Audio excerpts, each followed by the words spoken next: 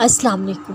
مشکلات آتی ہیں، ختم ہو جایا کرتی ہیں، تکالیف بڑھتی ہیں، ختم ہو جایا کرتی ہیں، مصیبتیں وقتی ہوتی ہیں جو کہ اپنے متعین کردہ وقت پر شروع ہوتی ہیں، ختم ہو جایا کرتی ہیں، مگر ان سب میں انسان کا صبر سے کام لینا اہمیت رکھتا ہے۔ صبر تمام پریشانیوں کو ختم کر دیا کرتا ہے۔ بہادری یہی ہے، مصیبت کے وقت صبر سے کام لیا جائے۔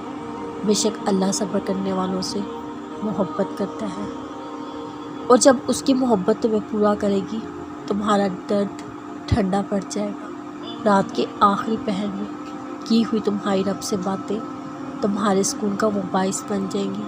وہ تمہیں کبھی ملا نہیں ہوگا، وہ تمہیں صبر عطا کر کے تمہاری بے بسی کو ایسے دور کر دے گا، تمہارے دل میں حقیقی اڑان پیدا ہونے لگے گی۔